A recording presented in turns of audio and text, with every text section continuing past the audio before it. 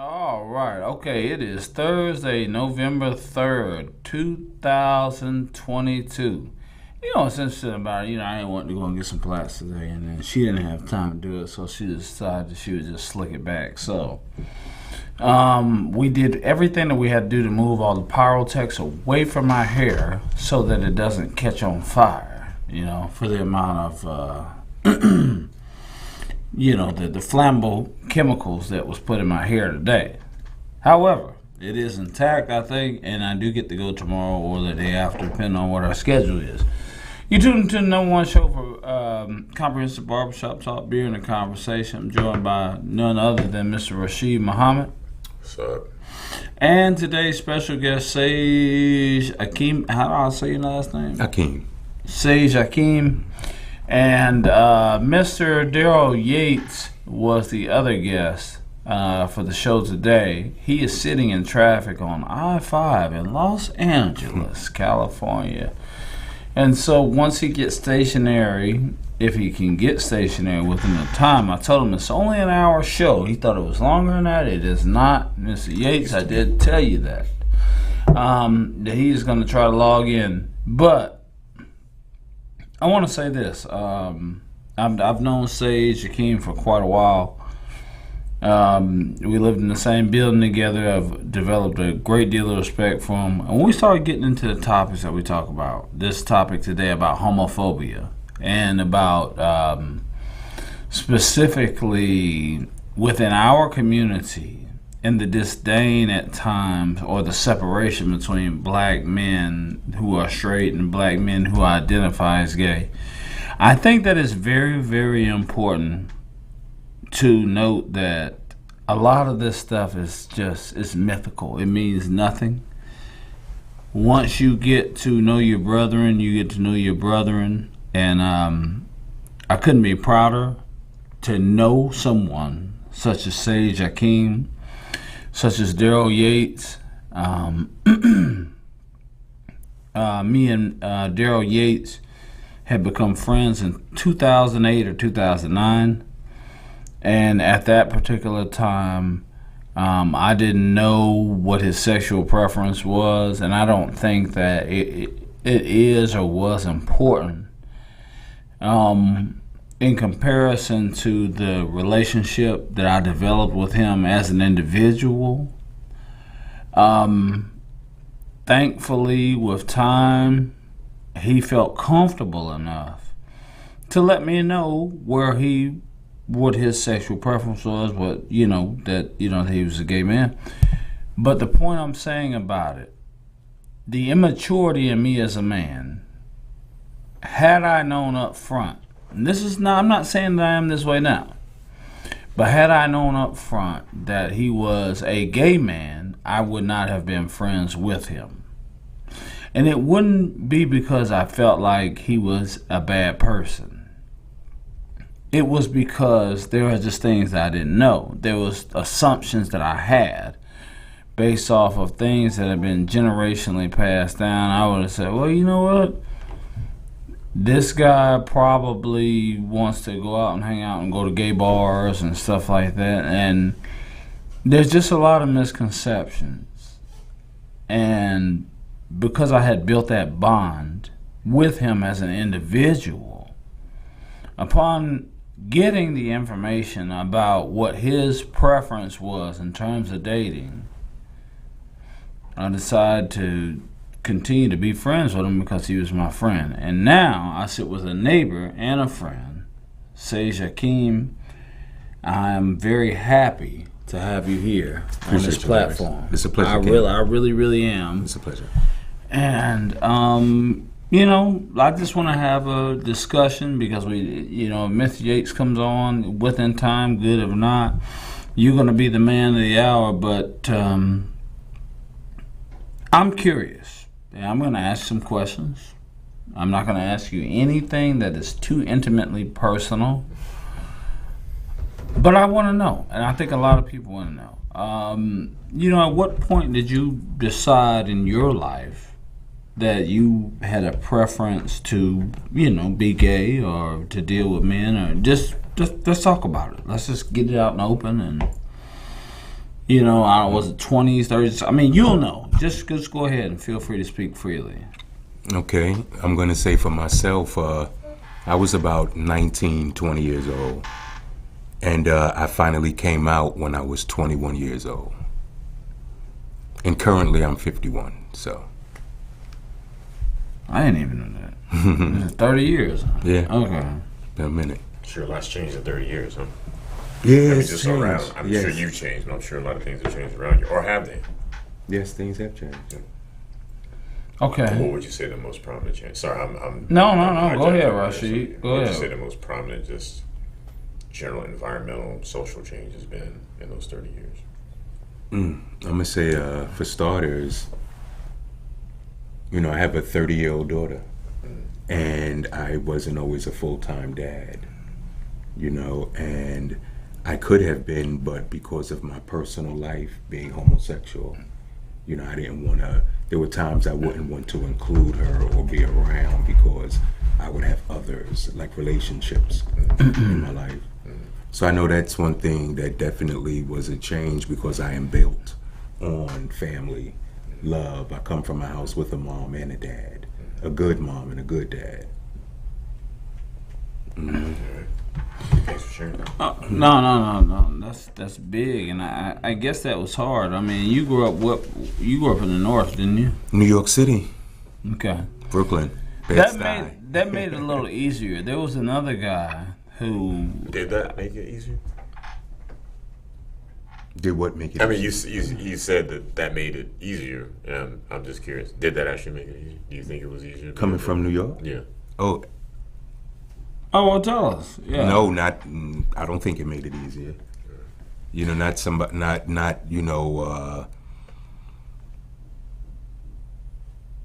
I was always accepted by my family, but I never told my family until my older years.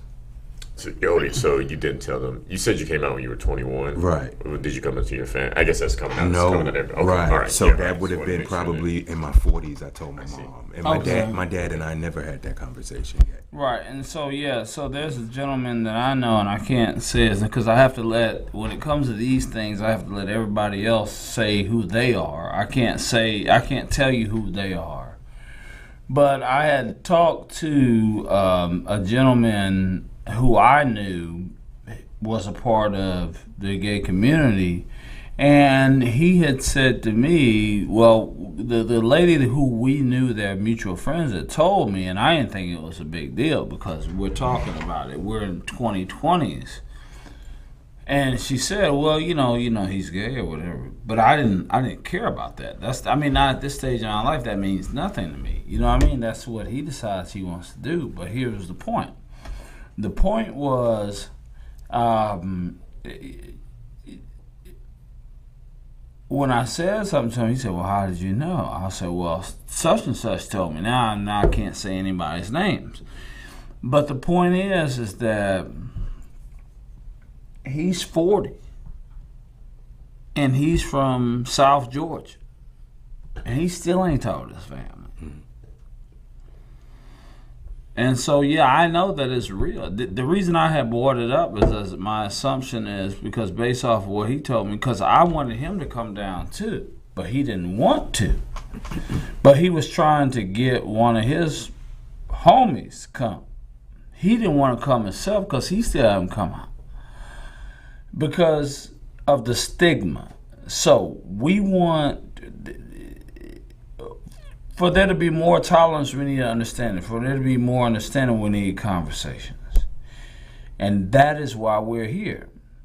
And that's why I said, maybe it was a little bit... I know in the Bible Belt South, there was a time you couldn't buy liquor on Sundays. You know? Mm-hmm. And there is just this idea, and Rashid, you can help me, but there's this idea that if you're from the North, or if you're in more quote-unquote liberal environments, then things are more acceptable.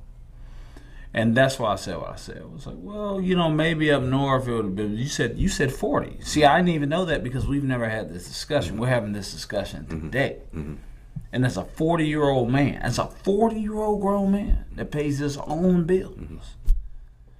People are not aware of that. So what do you think? I mean, do you feel, who was the guy from Power, Empire or whatever? Jesse Smollett. Smollett. Do you feel a real threat of being harmed because you're a gay man? Because you're, I mean, if you do, you do. If you don't, no, you it's don't. fun. I'm just laughing because it's funny you asked that. So I've never felt I was a threat at all until living in Atlanta. I've been here since 2011 by way of DC. And I was living in Vine City, right off of Northside Drive, right down the opposite side from where we were neighbors. And I was going to the gas station to get something, and there was a school bus being transported by 2 police officers, 2 vehicles. And I realized it was a prison vehicle. And just out of nowhere, as I'm walking by, they started calling me every gay name, slur, like animals coming from this bus. Like, we talking about, it sounded like the bus was just loaded with nothing but prisoners. And for the first time in my life, that's when I ever, mind you, they're locked down in a vehicle escorted by police, but the hatred that was coming, that I was hearing, that was being directed at me, that was the first time in my life, and I was in my 40s, that I ever felt fearful. Feared for in my life. Other than that, no, I don't. As a black man, I feel fearful at times, but no, not as a gay. I think that's gonna go to the crux of the conversation. Go ahead, Rashid. I'm just curious, how did they know? Evidently, they was able to see in my walk, my hair color. I had blonde hair at the time. Who knows? It's prisoners. It could have just been the hair color. Yeah. It could have been my walk is different. You know, it could have been the clothes. Mind you, I dress normal, but it could have still been like this. In my walk, metrosexual. I mean, because you are a stylist, you know. And well, I won't say stylist, but what is it that you like? Let's talk about your business too. Okay, so I am a visual conceptualist and fashion stylist. I'm a storyteller through all things fashion. And the metrosexual look often at times mirrors at times a homosexual look, and like there are a lot of gay men who are consulted about being, helping people dress and stuff like that, and stylists. Rashid, I'm sorry. They are hairdressers. There's a lot. Come on, man. Don't fuck around. I'm just saying that to say I don't think it's a bad thing. I'm just saying that it's well known that gay men typically are better at putting people together. Look, you can say what you want to say. I'm telling you what I have seen and heard. And if I'm wrong, okay, fine, I'll deal with that. But I don't think that's a bad stereotype. That they have a better, knack for style. But go ahead. Now, so I mean, you were just mentioning metrosexual. That's just labels. People like, especially this generation, they like to create labels. Because to me, men always should want to take care of themselves. My dad was a street hustler, but he was, wearing the 3-inch heels, the sharkskin suits, married to my mom's, had his woman on the side doing whatever he did, but he manicured himself. You know what I'm saying? So today, metrosexual, I guess if a guy wears slim fit jeans, a floral print shirt, pink, people just label it what they want to label it. It's funny because I haven't heard the term metrosexual in like 10 years. Like, I didn't realize people still said that. Yeah, that's kind of been obsolete. Well, yeah, I mean, that's the best word I had. And I remember it was like a pretty boy or whatever. But again, I mean, like the stuff you talk, like, I love wearing pink and like wearing paisley and like, I mean, now when I was younger, I had like no style. But at some point, I just decided I just wanted to I just recognized I just dressed like crap. And I was like, all right, let me figure this out. And once you commit to it, at some point you start experimenting with shit. Understood. You know what I'm Definitely, saying? definitely. I was at a party with my girl the other day, and like I had like a patterned shirt, a patterned sweater, a patterned blazer, patterned pocket square, patterned tie, and again, you got to understand a lot. You got to understand colors and gauges and all that sort of stuff. And this woman came up to me and was like, "Damn, I was gonna try to style over here, and I didn't do it, man." But you know what I'm saying, I mean, but there's a certain kind of pride that men. I mean, I think there is a fundamental. It's not. I think there's a fundamental male thing just about customizing, you know what I'm saying? Absolutely. Like it's like your car, you know what I'm saying? Or it's like me when I was a kid, the geek like my computer, you know what I'm saying? Definitely. It's the same instinct for me to like put something tight together. Most definitely. It's funny because even in my younger years, we talking about 16, 17. I've been on my own since 16. I wanted the dope tank top, the dope drawers to possibly match the banging socks, the good smell. You know what I'm saying? So like again, it's just those labels. I always thought a man did want to take pride in himself. Okay. All right. So moving forward, I appreciate your honesty. I love it. All right. So here's the other thing, and this is a big one here. With regard to, let's talk about mainstream media for a second. Let's get your opinion. I know my opinion, where I sit and I stand straight, man. I don't watch a lot of television, but I want to know, how do you feel? Do you feel like they are pushing a gay agenda on people? This is what we do here. We talk, and I'm gonna tell you why I'm asking that, because I took my daughter to Six Flags one time, and it was a man and woman that were kind of, not men, they were adolescents, male and female, and they just were doing a lot of making out and heavy petting. And this was heterosexual, and I didn't like it.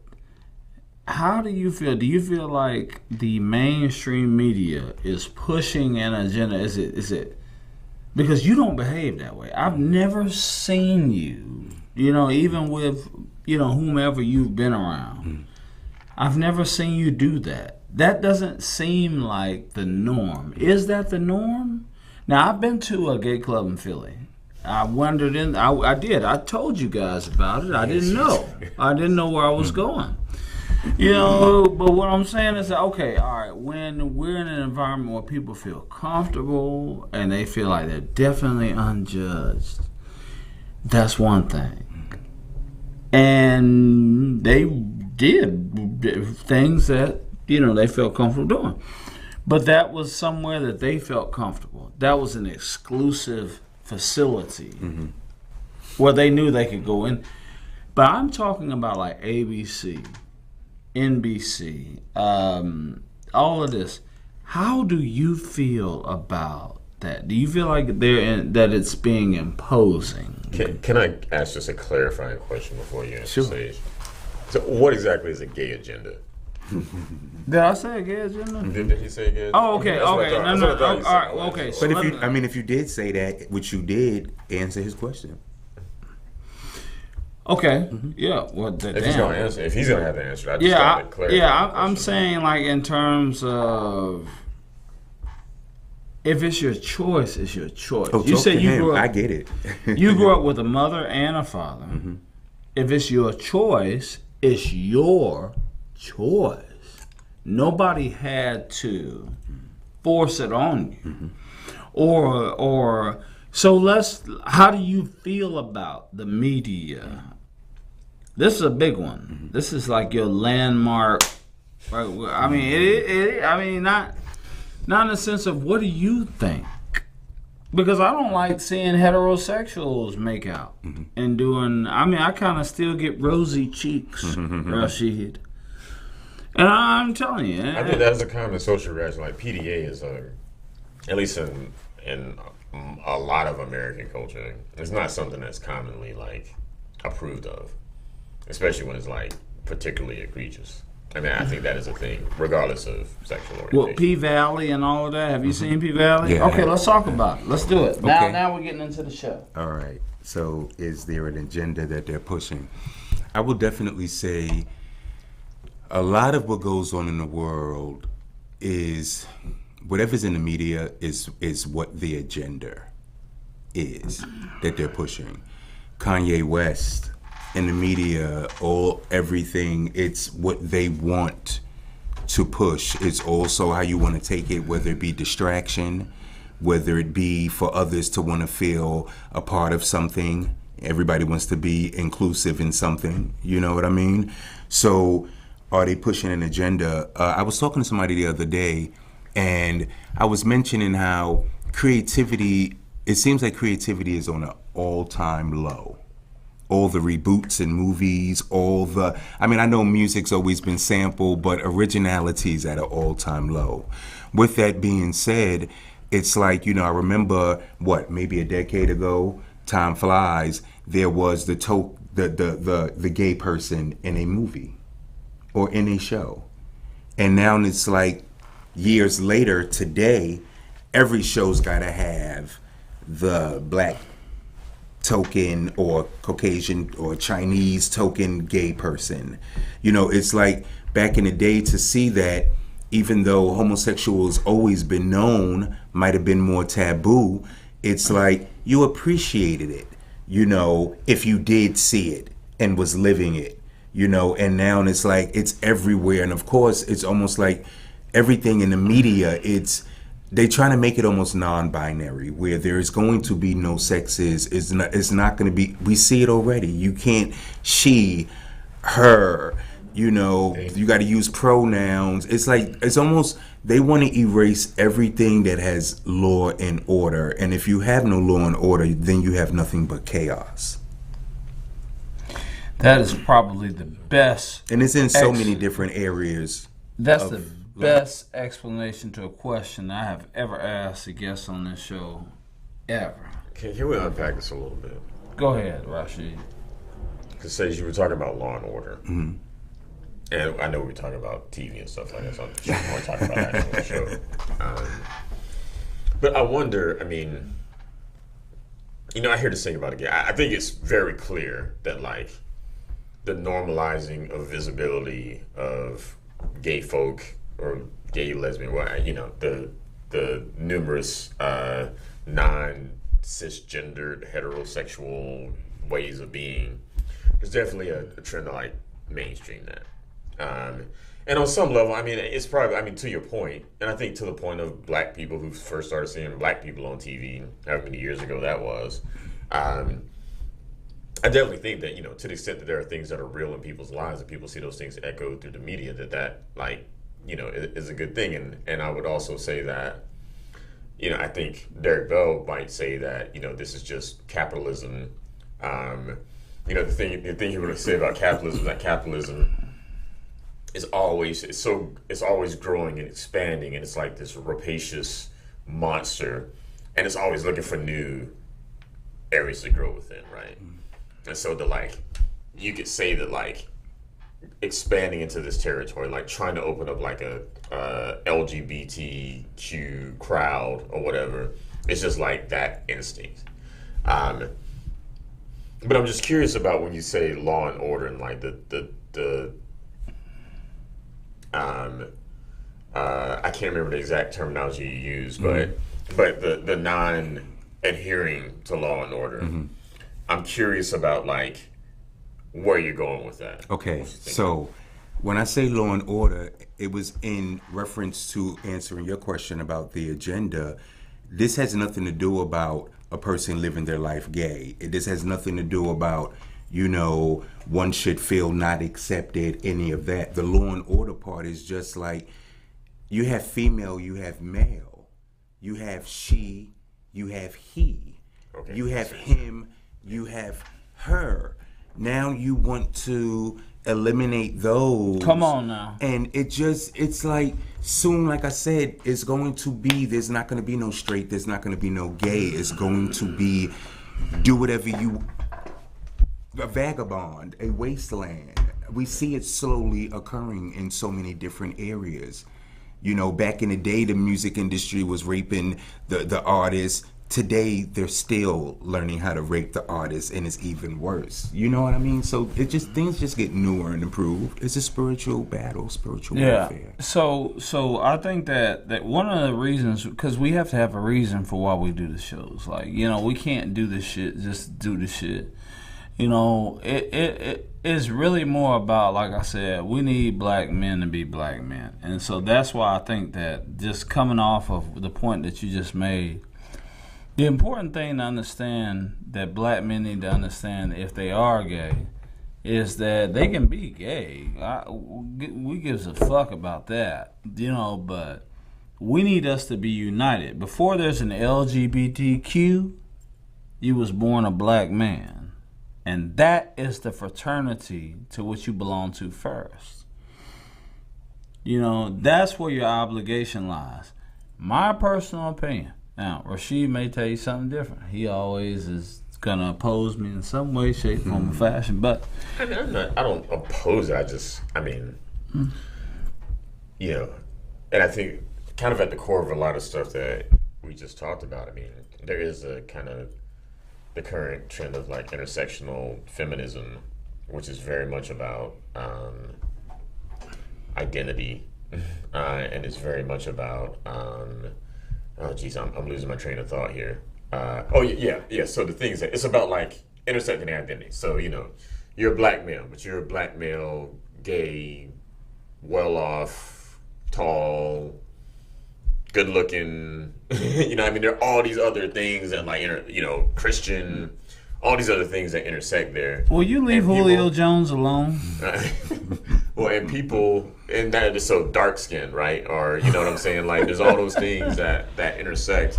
And like what people prioritize is kind of a subjective thing, right? And so like to just say, particularly like, as an edict to gay men, that like being a black man is like the prime thing. Maybe they might think their sexuality is the prime thing. Arguably our sexuality is at the core of our being. You know what I'm saying? So I'm just that was why I was looking for it. That was what. Oh, sure. It's funny because when you first started talking, you had mentioned the black man and femininity. Those words came out of your mouth, and I realized. And then you talked about the agenda, media. There is not one positive black African American homosexual male that carries himself in a masculine way. There you go.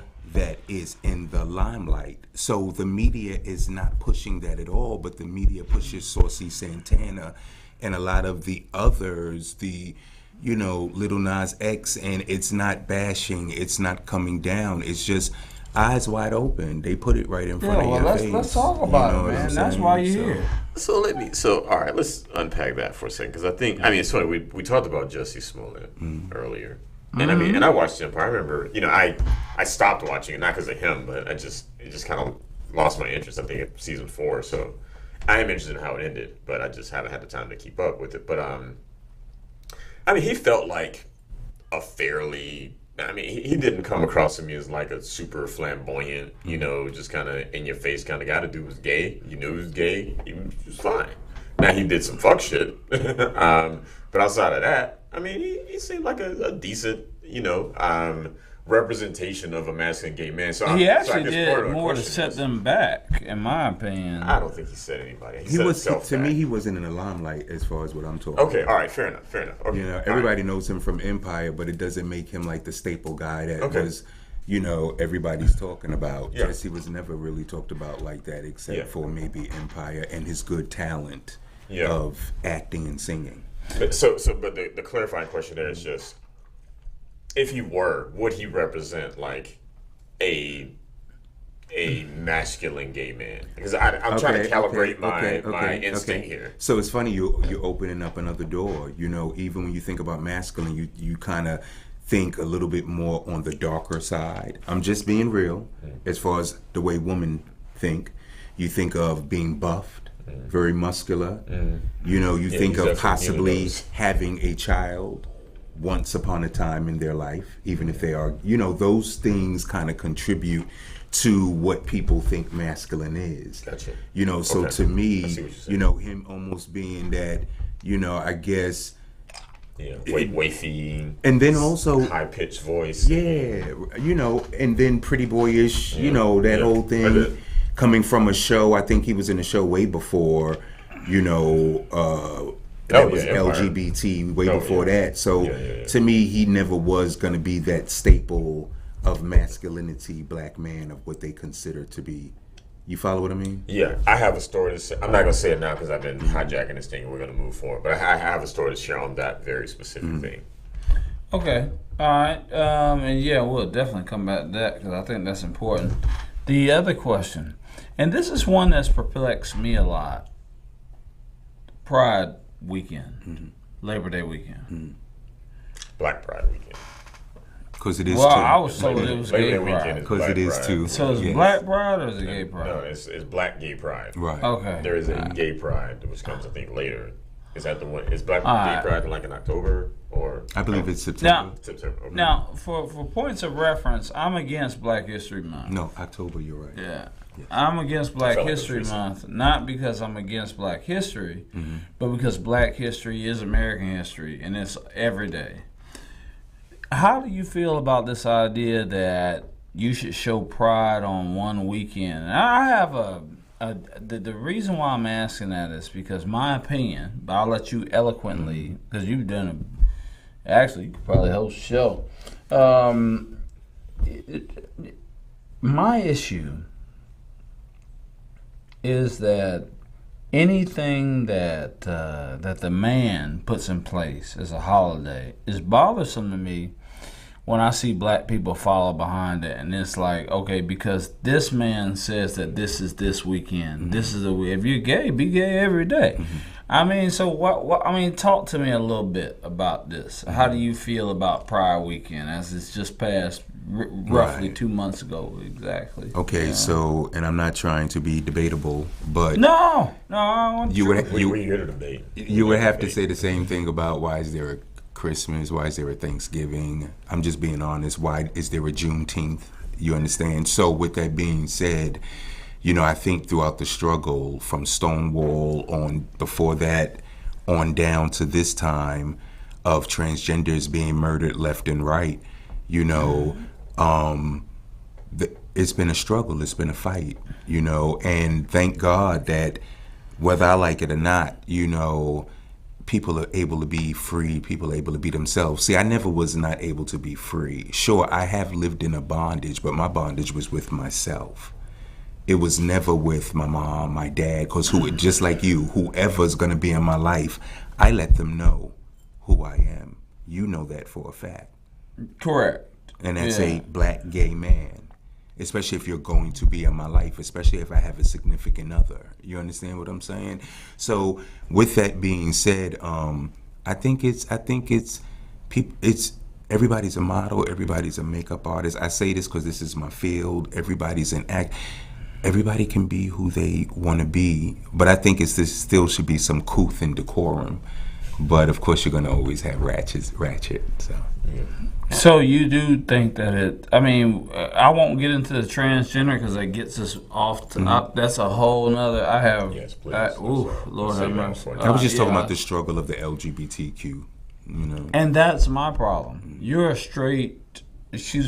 gay black man.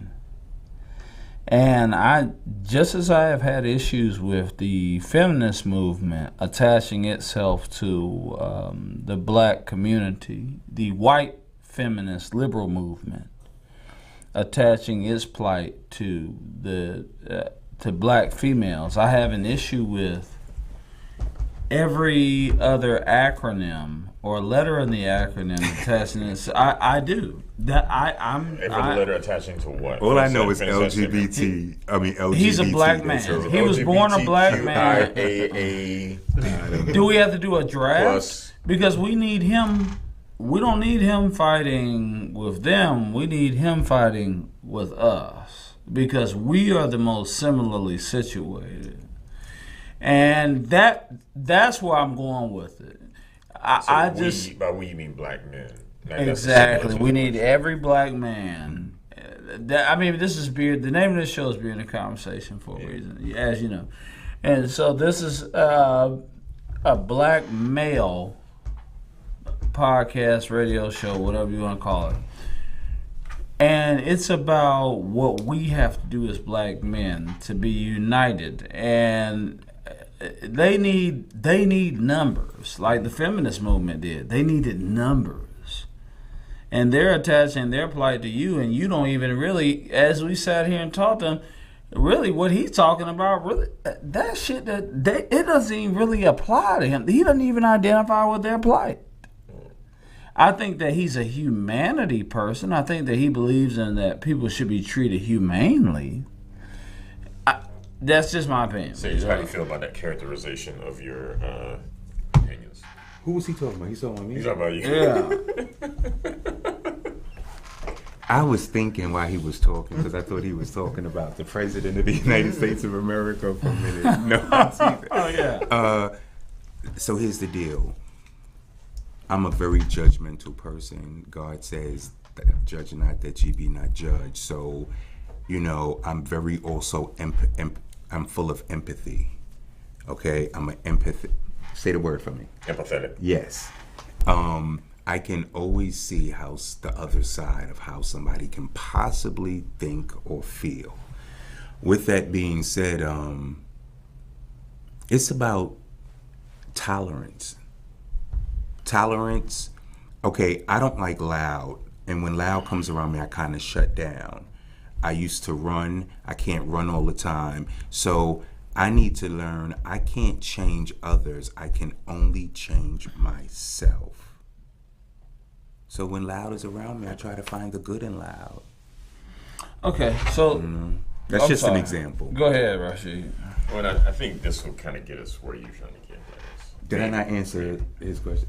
Oh, yeah. Okay. All right. So, he'll have to tell He you. said I'm tolerable or something of the sort, didn't he? You're tolerant. Yeah, it wasn't close to where I was going, but go ahead. Yeah. So I think part of the thing here is that, so even if we talk about LGBT, all right, if we just like break that down, right? So you have like lesbians. So these are women who romantically or sexually interact with other women. Gay, which is typically masculine, like men. You have bisexual, which are people who would engage with either gender or sex.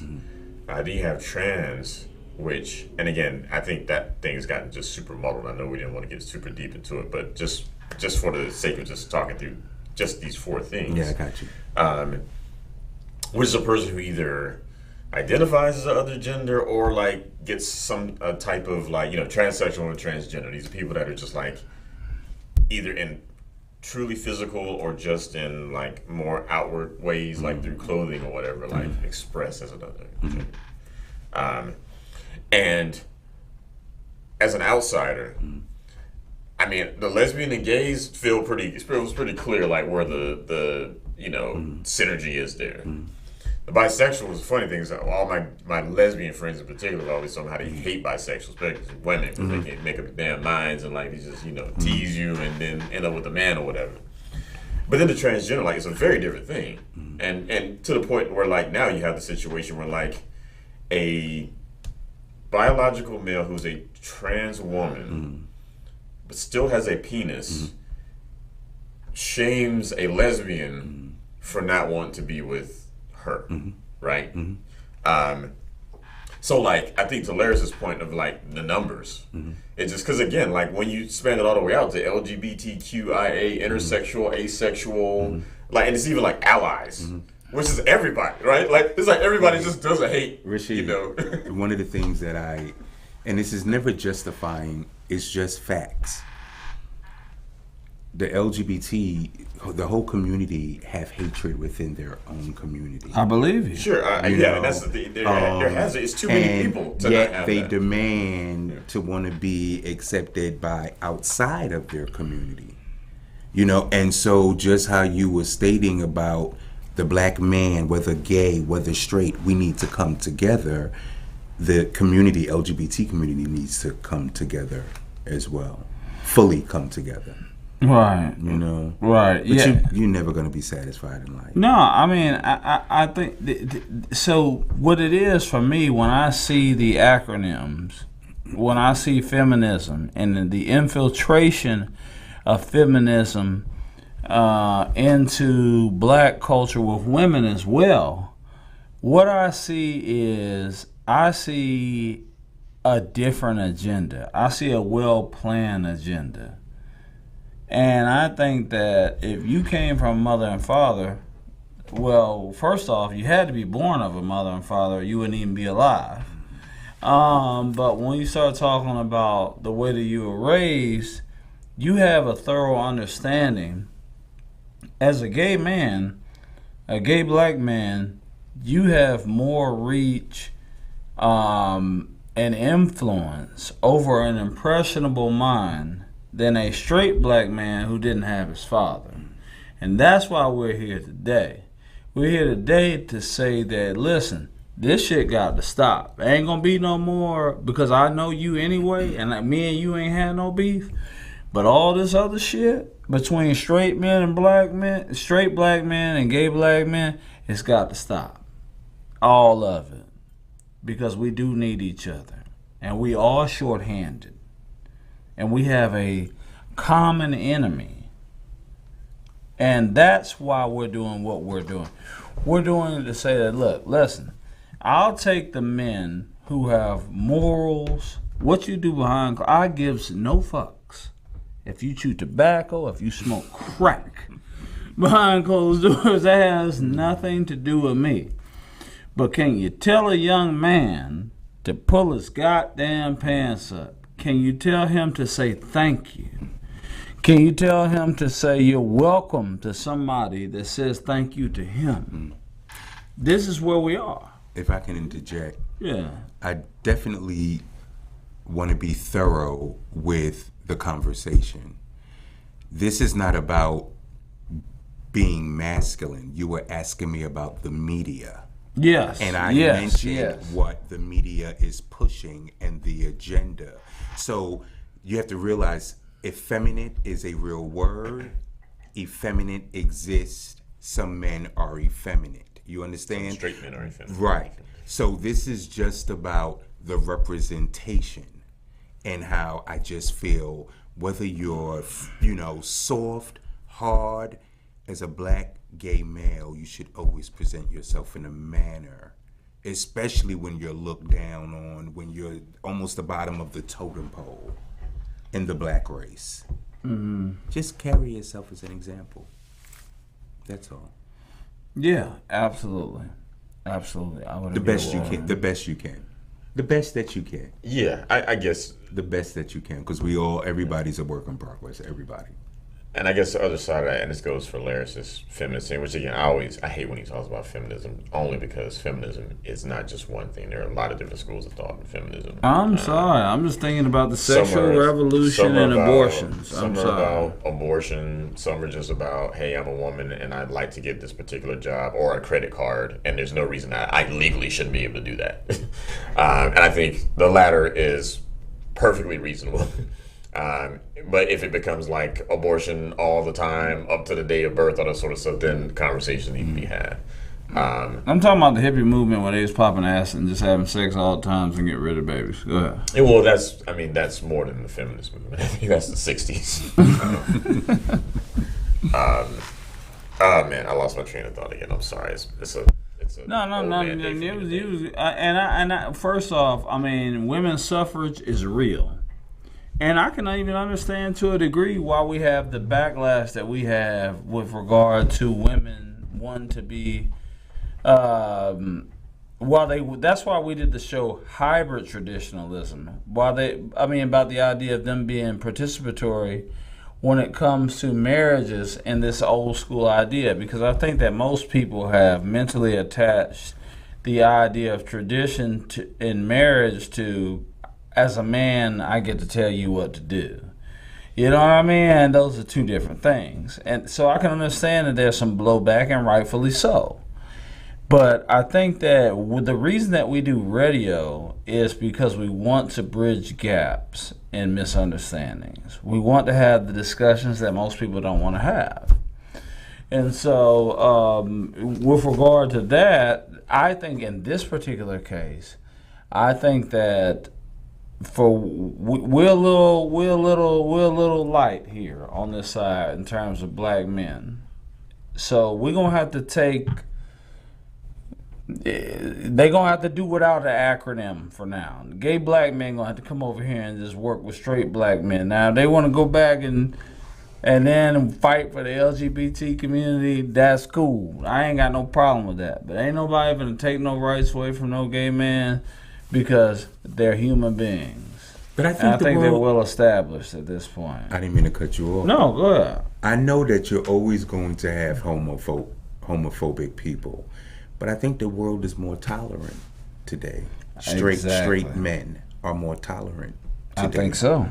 You know, this generation, you know, as much as I could say negative things, I could say a lot of positive things. This generation is very much about a lot of tolerance and letting people be who they want to be, do what they want to do, and then what helps with that? Honesty. Honesty helps with that. Yeah. And people are gay and proud today, so you know I respect that.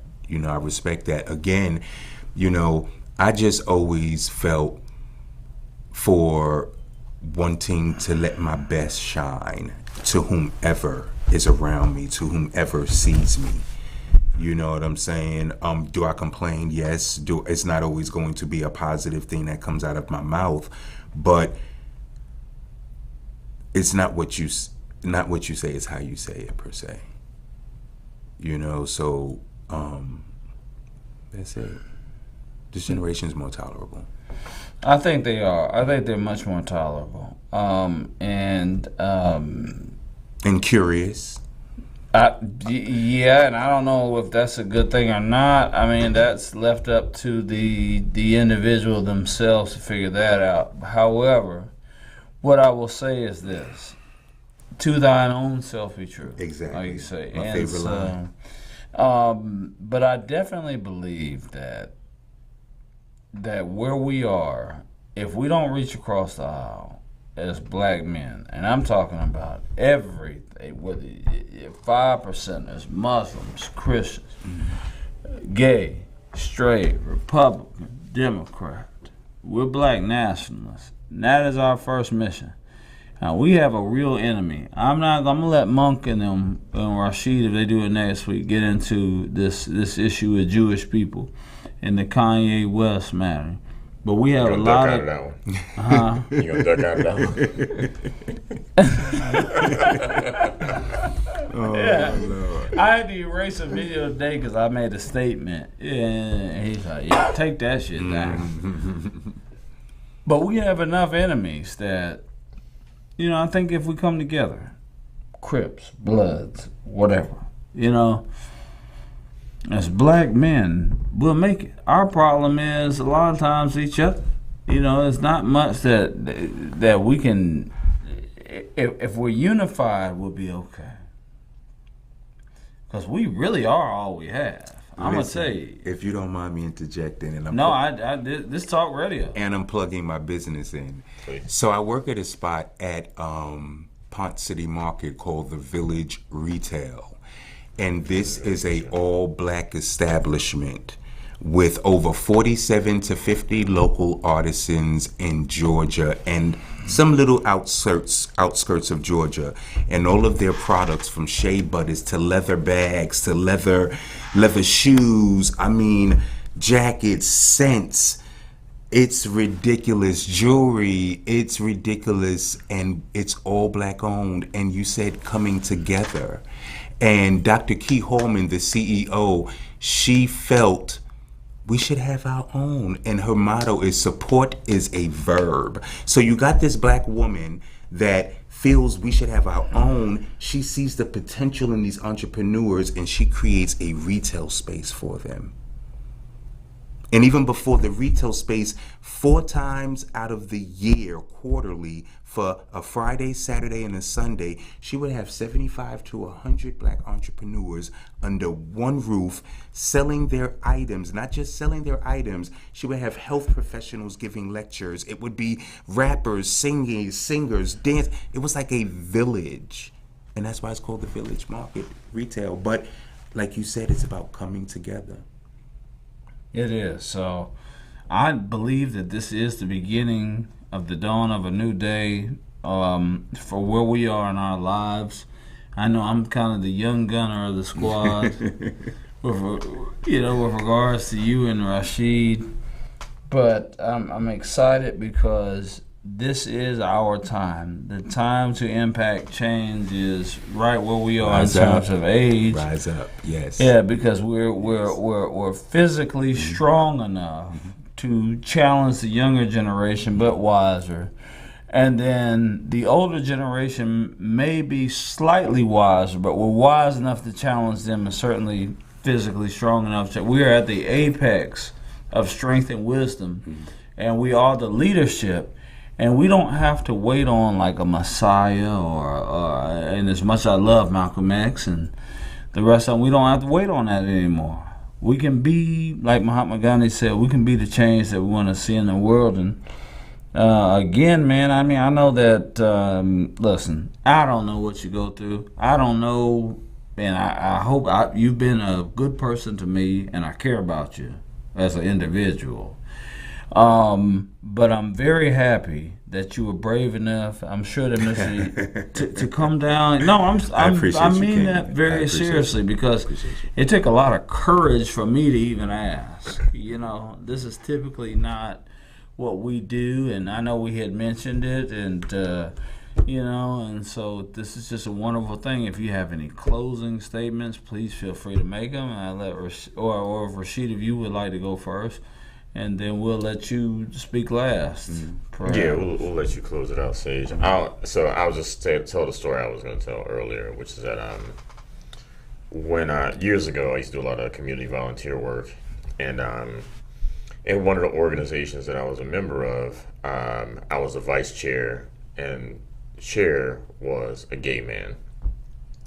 And I remember after one of our meetings, we went out, I think for dinner or something like that, and I don't remember how this came up, but I remember being embarrassed about this fact in my life. And that fact is that my ability to fully, and fully is probably not the right word, but my degree of empathy for being gay evolved after watching the movie. And the movie was X-Men, I think the second X-Men movie. Okay. And so in X-Men, there's this character named Mystique. And Mystique can turn into anything she wants to turn into. She can inhabit any form that she wants.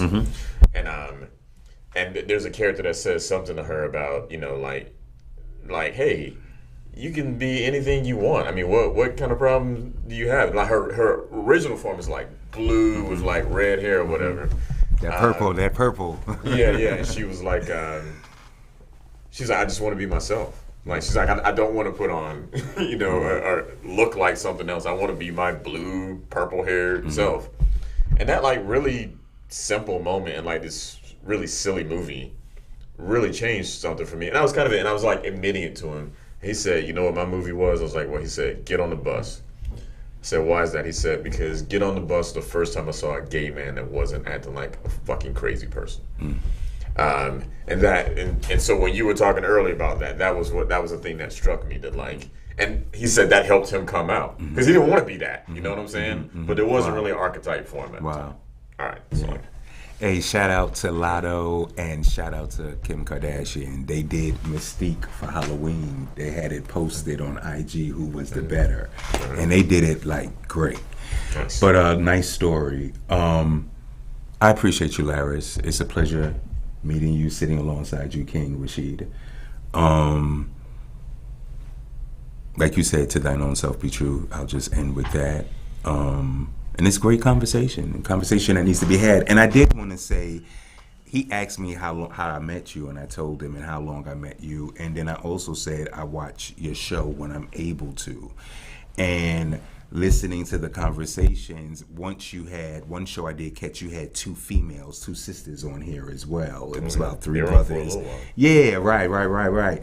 So I used to sit and watch it, and I said, they got great dialogue. Some things I had a different perspective on, and I said it would be so cool if they had a decent gay dude up on it, and not that everybody had to know you're gay, but just the perspective of a gay mind on the panel. So it's a pleasure to have this conversation with you. And I came to you with them. It's a pleasure. It's a Yeah, pleasure. so dreams do come Yeah, true. yeah. The seed was planted a long time ago. Pleasure. It's a pleasure. Okay. Thank you. All right, East Point, smoke some dank. Old National got the skanks.